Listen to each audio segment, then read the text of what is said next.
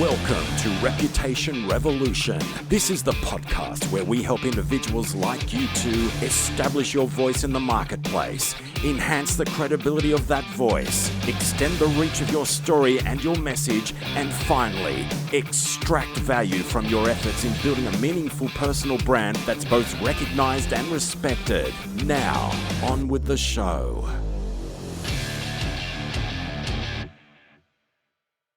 Now live here on the Reputation Revolution Show, episode 235. My name is Trevor Young. I'm with Brendan Keogh. How are you, Brendan? Listeners, I'm very excited to be here / terrified. It's going really well. Just hoping the Tourette's doesn't kick in, Trev, but we should be all right. So we are going live streaming. This is the first time we've done it for the podcast. This is every fortnight So the Reputation Revolution podcast comes out weekly, and every fortnight I get together with Brendan and we recap the previous week's interview that I had with an expert guest, and we dissect it and grab our insights from that and add a layer of conversation around it, and hopefully have some actionable tips at the end as well. So this is a bit of an experiment because we're going live on LinkedIn, Twitter, and Facebook, and we will be turning this into a podcast. So if you're listening to this, thank you for joining us. If you're watching it, thank you for joining us, and let's rock and roll. So Brendan, the last episode of the podcast was with Greg Burgoyne, who is the founder of Course Creators Academy. Greg lives in New Zealand. And we talked all about scaling your impact and productizing your expertise. So this is perfect for anyone who is a professional expert, a coach, a consultant, advisor, even a teacher, and an expert in, deep domain expertise in their particular field of endeavor. How can you scale that impact, productize that knowledge, and generate revenue? What were your top line thoughts of that chat with Greg? The overwhelming sense, listening back to the interview, was Mel Gibson shouting, "Freedom!" This really took me back to the heady days when I first went out on my own, and that sense of being able to construct the life you want, work from anywhere, work with the clients you want, work smarter, not harder, be super efficient. And obviously I had kids and then COVID interrupt that, but that's another story. But the beauty of this is that it's pandemic proof. You touched on during the interview that hybrid is the way of work, for the future, for the foreseeable future. So it's and particularly the aspect of your chat with Greg that you really delved into, of that hybrid model of online courses and training, but coupled with the face-to-face, for want of a better word, coaching. You get the best of both worlds. But pandemic proof, but still that ability to remove the bottleneck, being yourself, enable yourself to scale. So it just opens up a whole lot of doors. It was very exciting. A vista of opportunities, Brendan. So let's delve a little bit into it. But what we're really saying here is that, if you're traditionally been a service-based business and you consult or you advise, you coach or you mentor, that sort of thing, then you're trading time for dollars. Mm-hmm. And that can be I've spent my life doing that. I've run agencies. I've been solo as a strategist, currently a coach and a mentor and a strategist. I have one-on-ones, a lot of one-on-ones with people, and that's been my history. It's your history as well. But you can only go so far when you do that, and you can't have a greater impact because you're constrained by your time limits. Mm-hmm. And it's an issue that, look, everyone faces in this industry, and you can either, keep it small and contained, but if you want to have that impact and reach more people and grow your influence, then you need assistance in the way of, in this case, productizing your knowledge. And we're really talking about educational courses, but let's break that open, because it's more than just doing a course now. It's a fantastic opportunity today with so many options out there, but that's the challenge as well. But the good thing is the key message I got, and this is my mantra as well, and we were talking off air and you got this message loud and clear. Don't let anything get in the way of your thinking. Think as broadly as you can, because the chances are what you're trying to do, you can now do. So let's, Greg and we went through the various ways of breaking open your, I guess, your teaching and your coaching and your mentoring and your consulting and educating people. Let's kind of go through those. So I guess at one level we've got, we'll recap these. So on one level you got one-on-one, and that's that can, be a good business model, but that's your premium dollars, and that's when people are going to you're going to have to charge a lot more to get, because you're one-on-one. But then you've got group coaching. What did you think about the whole group coaching thing? And this is where and I've done group coaching before. The whole group coaching program is you coach a group, and so you work within that group. Walk us through your thinking on that. It's on a couple of levels. It's fantastic. One that you touched on in the interview, that it's a great way to test out before you're building an online course. One of the traps is people go ahead and build it, invest heavily, and it might be not quite hitting the mark, not what the market demands. So that's a way to test it, get the feedback, most importantly. And, also for a lot of coaches, consultants, it's that live interaction that gives us energy. That's what we really get energized by. So we never want to lose that. And again, you touched on in the interview of you don't want to be just, it might work for some people, but rarely do we want to just be pumping out courses now forever. Again, the hybrid model. So this is one component of it, not replacing your entire business. Just pick one area of your business that's going to really work for. So on a number of levels, and particularly starting out, because I think that's the barrier for people, is it just seems pretty far away, but that's a stepping stone. And perhaps you can talk about that with your own experience of the group coaching when the time is right. Yeah, so there's group coaching in a couple of ways. One is you have a group of people, they come together and you coach them over a journey, and that could be ongoing. Or you could do what I did last year, and at the start of this year, I had what I call the School of Influence, and that was group coaching where we had, I don't know, between 10 and 15 people, and that was like a presentation each week, and then we discussed it. Sometimes another way of doing it, and you'd call that a cohort-based.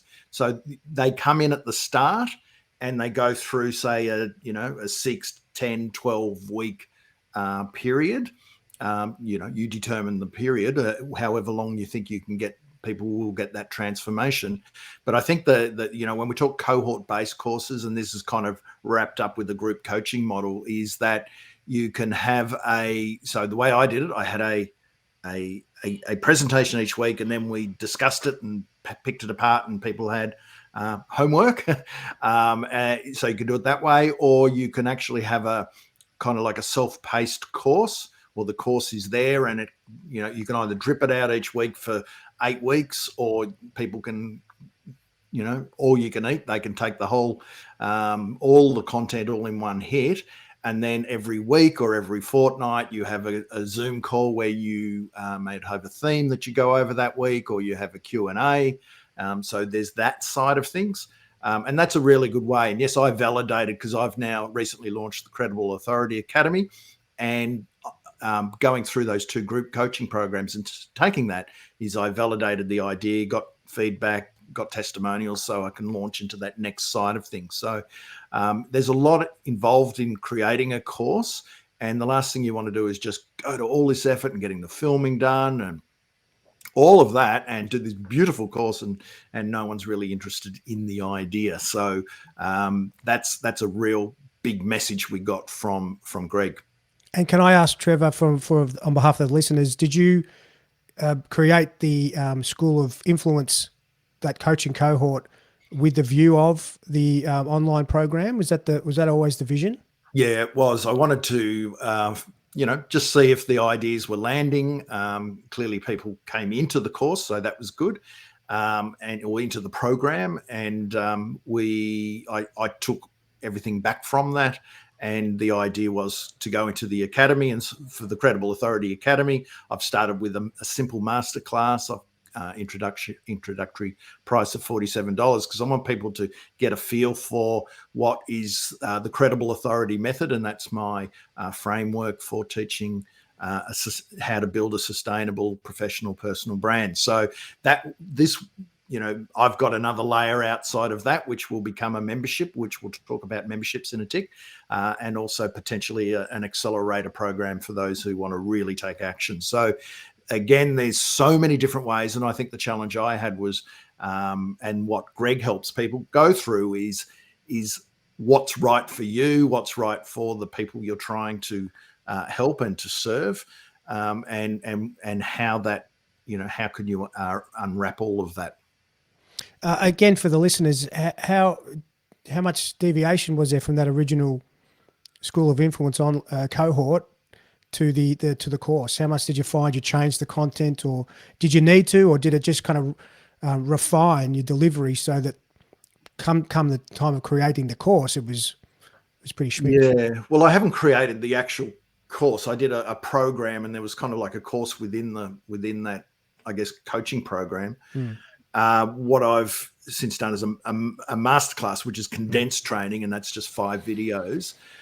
So I've expanded on the School of Influence coaching program to take in more elements because, there's, when you're building a personal brand, there's stuff at the front, which is the mindset, and there's stuff at the back, which is the productization and what we're talking about here, extracting the value from the brand and the reputation that you build. So I've added a couple of layers on top of that to make it a more linear process. So I think that, if you had it all buttoned down and the first time you did it, it really worked, and it did work. But I think, you're always evolving in your teaching, and you find out what questions people are asking and what those pain points are. And then you try and obviously incorporate that into your into your teaching and your trainings. Let's also look at, so there was self-paced evergreen courses that Greg talked about. Now, in the course world, you have there's a lot of slick operators, and they, you hope that the stuff they put out is good, but sometimes the marketing is much better than the courses that I found, because I subscribe to a lot of courses. But you've got, it's interesting when you're doing a course, and a course can be, there's people who now do tiny courses, which is, really condensed trainings in an hour. And then there's those more elongated year-long courses. So, when we say course, don't ever think that it can't be small or it has to be long, or it could be in between. There's the 2 parts to it. One is that it's evergreen and on demand, and people can buy it whenever they want. And that's an area that's starting to get a bit of uptake, because the previous course promoters, they did the big launch, and we've all been on the end of the ads for those and the promotional content, and it's an effective method because you've got a time lock on it, and people then have to make a decision if they want to take action, because we're opening the doors and we won't open again till the end of the year. To my mind, that's probably a bit of a psychological trick to get people into it. But if it's a cohort-based and you're going to have Zoom calls and face-to-face online, etc., then you do need to have an open and a close, because that's a cohort-based. To my mind, though, if you've got an evergreen course, people can come in at any time. But the reason often people launch it, because they put a big effort into it straight away now, and it's designed to get people in quickly, and they're not necessarily, they're working at their own pace.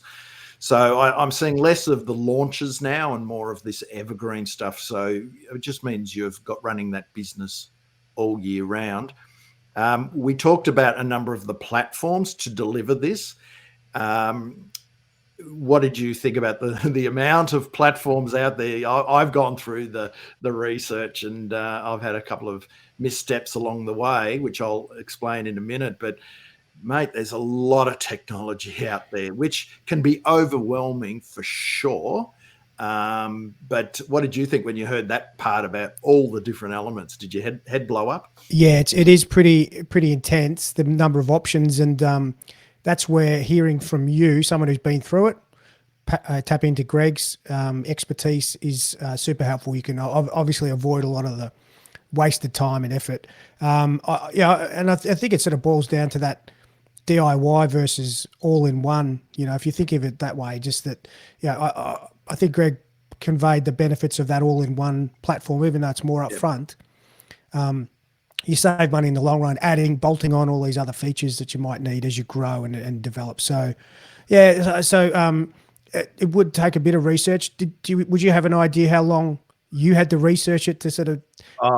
Stopped and start. I actually built my website on 3 different platforms. So that's so it's you want to get it right, don't you? You know, before you. Well, you do, but you also don't want to let perfect get in the way of getting it done. But the problem is with a lot of them is you've got to go in, get under the hood before you realize what their limitations are. So I kind of have a vision for what I want it to be.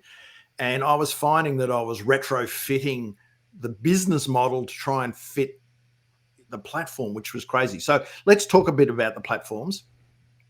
Because they're really top of mind for me. I'm currently, so if people go to credibleauthority.com, they can see mine. That's on Kajabi, Kajabi. It's one of the bigger players, been around a long time. It's what's called an all-in-one. So you can do your email marketing from it. You build your websites, your landing pages, all of, the checkouts, all the elements that you kind of need to have an online course business and membership. They've got membership sites there, so you can, a forum and a community.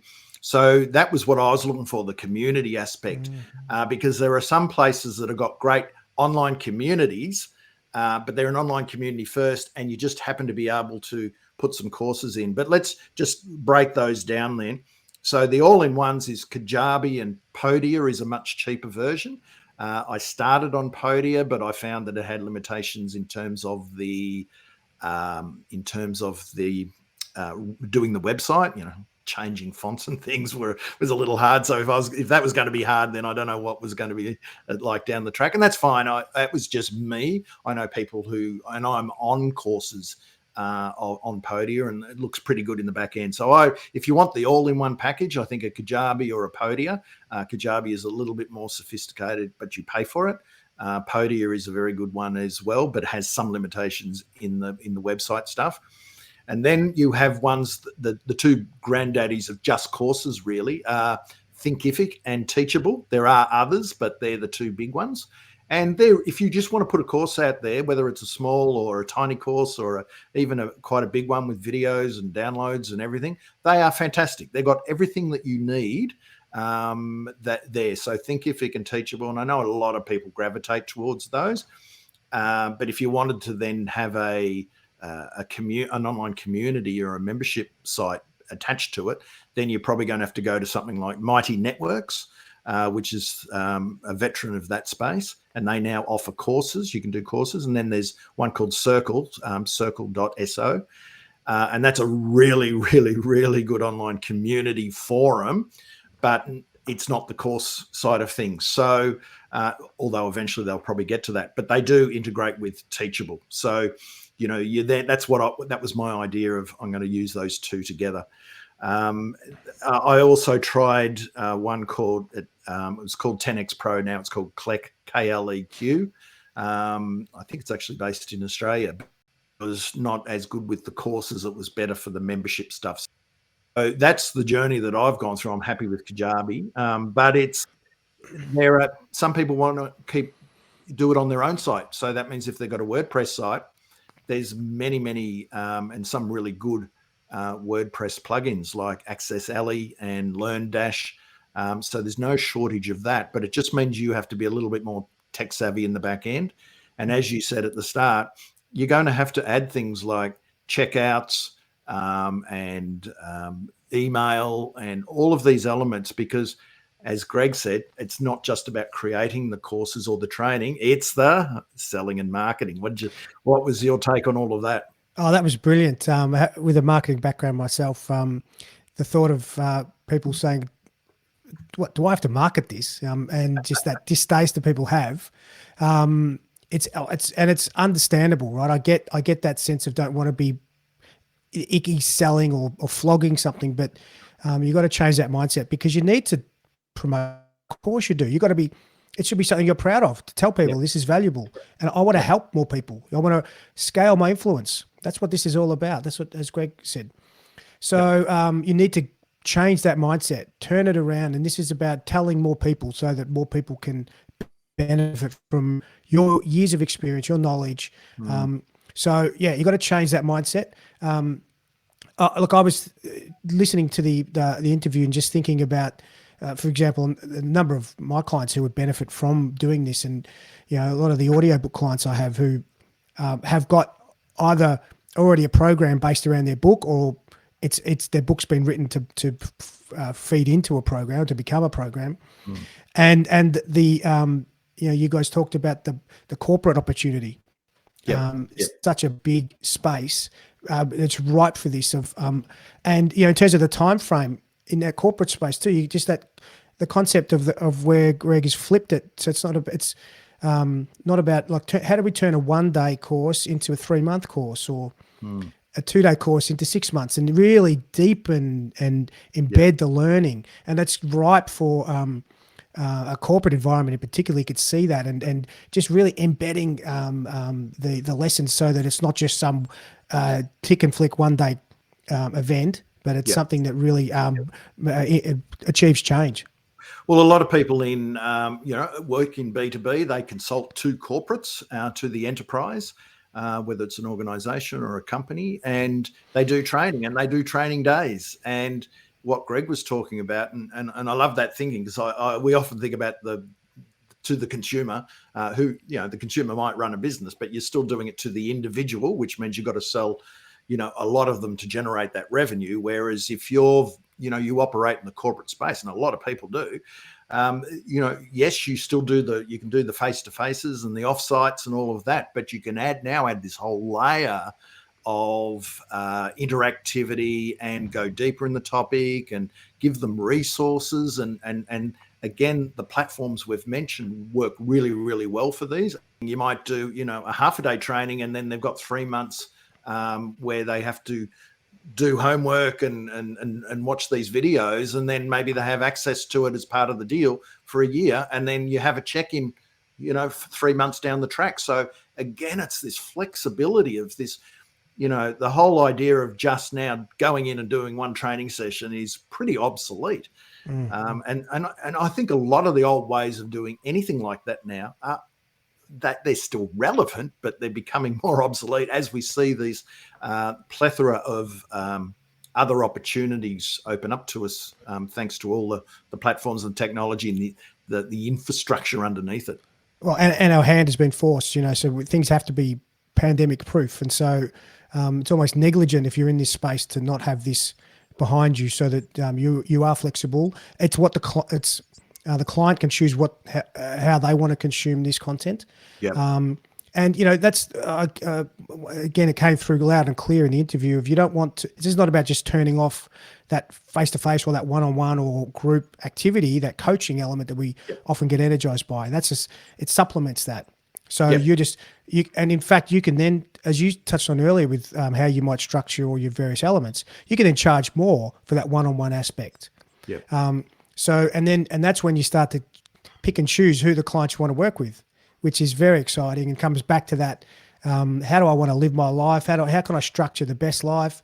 How can I, as Greg does, structure his work week so that it's operating when he's most effective? And that's when it gets really exciting, and you start thinking, yeah, that's right. That's why I went and struck out on my own, to be able to have this flexibility, to be able to work with the people I want to, and scale my impact to reach more people without working harder, and be able to work from anywhere in the world and deliver the same effect. So, I get excited talking about it. They're all very positive things, Brendan. And the other thing is, you did mention about pandemic proof and that side of things. And I think the trends have been that the online education space is really ramping. And some of the figures I've seen about multi-billion-dollar industry now, but it's been accelerated through COVID, because people were at home and they were doing more online learning and training, and all of those things, and that's where it's now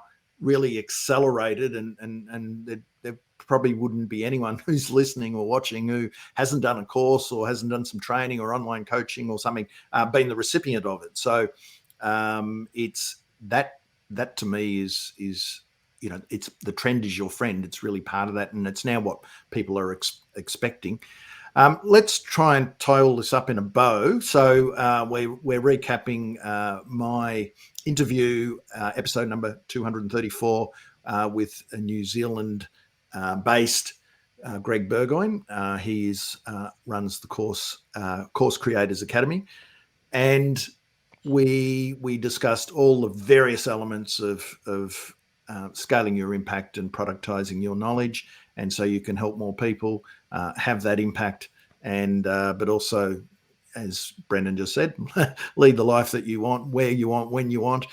So at one area, as coaches, mentors, advisors, subject matter experts, you can put a book out, you can have a micro course, you can give free content, you can do podcasts like this, you can get people involved in your teachings at a really free or cheap rate, get them interested, and then you can go up the scale. Is there then a self-paced learning course that's a bit more involved? It might be a course via email. I know people that are doing, they're walking away from all the platforms and they just do email. So you get an email once a week for 10 weeks, and this is what you have to do, and they do a link back to YouTube. So again, you can package these things quite easily without actually going through the whole, let's build a new website, a new platform, all of that. And then you go into the probably the group coaching, and that might be delivery of online materials plus coming together once a week or once a fortnight. The more cohort-based, I guess, and then group coaching. And then you're moving up the scale. So that the less people there are involved, the more expensive that it gets. So in a group coaching, it could be anywhere between 5 and 10, 15 people. It's usually quite small. And then you move into kind of like your one-on-ones. So it's where, you'll have less of them and people really want that attention, and you can give more, I guess, tailored and customized advice in that regard. So anything I've missed, I think we've covered a fair bit of it. No, very comprehensive. And just a few sort of final takeaways I got, test and validate your ideas. Start small. Start small, but get it in front of people, get some feedback as just exactly as your model, as you did. Do it in a way that you can get that live feedback from people. Is it hitting the mark? What are the questions people ask? So just fully understand that before you commit to the full-blown online course. You might do a webinar in that respect. Correct. Think about that, flipping the model of how can it be slow learning to embed change. And so that becomes appealing. It's just how do you turn your one dayer into something that's bite-sized but is reinforced over a period of time? Yep. And suck up the marketing. You're going to have to promote it. Of course, you're going to have the opportunity to tap into your referral network, just as most people have built their business. Yep. So that'll always be there. But it is an opportunity to really broaden beyond that network. So Don't be afraid. Be proud of what you're doing, and have confidence. And again, doing the testing and validating gives you confidence in your content. Yep. So be confident. And focus on helping people rather than this thinking of you're selling something. Yeah, and Greg had a great quote. This is about, and there's a couple of things around this that I don't want to sell. I don't want to put it out there, all of that sort of stuff. I'm happy to create it, but not, people walk away from selling, and it's a limiting self-belief. And a lot of us go through it. But he had a quote saying, "Who is going to thank you on the other side of you stepping out of your comfort zone?" This is Greg's quote. I'm going to say it again. Who is going to thank you on the other side of you stepping out of your comfort zone? And basically what he's saying is that if you get out of your comfort zone, if you get out and sell and try and make your courses and your training successful, you're going to reach more people, you're going to have greater impact, and people are going to thank you for that, because you might just solve their issue, their pressing need, the challenges they're facing, which is a fantastic thing. And it's a great way of reframing. It's not about you, it's about your audience. And I've heard people go really strong on this. How dare you have this expertise and knowledge and not put it out there? So it's just a different way of looking at it. But I really like that.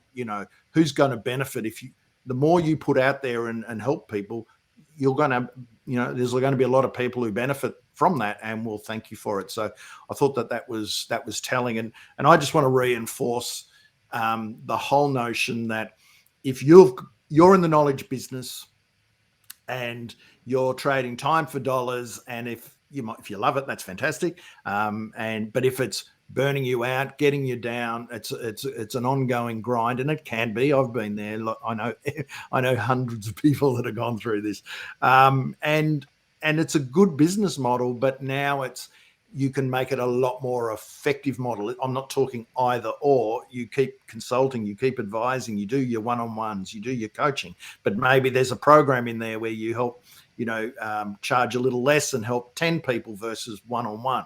And it requires less of your time. And then, you take that knowledge and you put that into a course. And Greg, I just will say this, and this is getting quite well known in the education space. The finishing rates for online courses are very low. He said below 10%. They're very much below 10%. And, for people who are teachers, for people who are marketers who just want to flog their stuff, they don't care about that. But people who are passionate teachers and want to, that knowledge transfer, and they want people to have a transformation, which is why you're in this space anyway, whether you're consulting, coaching, mentoring, advising, or whatever, you want people to have a transformation and get results. Then you've got to look at other ways, whether it's one-on-one, Zoom calls, Q&As, or it might be a membership site where you do monthly training. We haven't even touched on this. You do monthly training. People pay a small monthly fee, and they get this monthly training and access to you in Q&As and expert guests and masterclasses. All this is real. All this is happening. And my thing is to encourage people to have a think about this, because this is how you productize your knowledge and you capitalize on the brand and the reputation you build in the marketplace. A lot of stuff there, Brendan. Hopefully this the live streams worked. Again, this is us, putting ourselves out there a little bit more, and this will be a podcast as well. But if you want to check the live stream out, post live stream, it won't be live; it'll be a replay. It's available on my Twitter handle, Trevor Young, and on my LinkedIn page. And if we're not connected there, why not? Please do reach out and let's connect. Brendan, thanks again for your help. And coming up, we've got a very special guest in the next episode. It's with Joyce Ong, who is the founder of Tax Nuggets Academy. Joyce is doing some amazing stuff, and love what she's doing in terms of putting herself out there on social media. And then we will come back the following week, another live, hopefully, and recap that. Always a pleasure, Trev, and thanks, listeners. Okay. Thank you. The reputation economy is here. The world today needs more genuine, credible experts and leaders to stand up and share their experience, their wisdom, their stories and ideas. Are you in?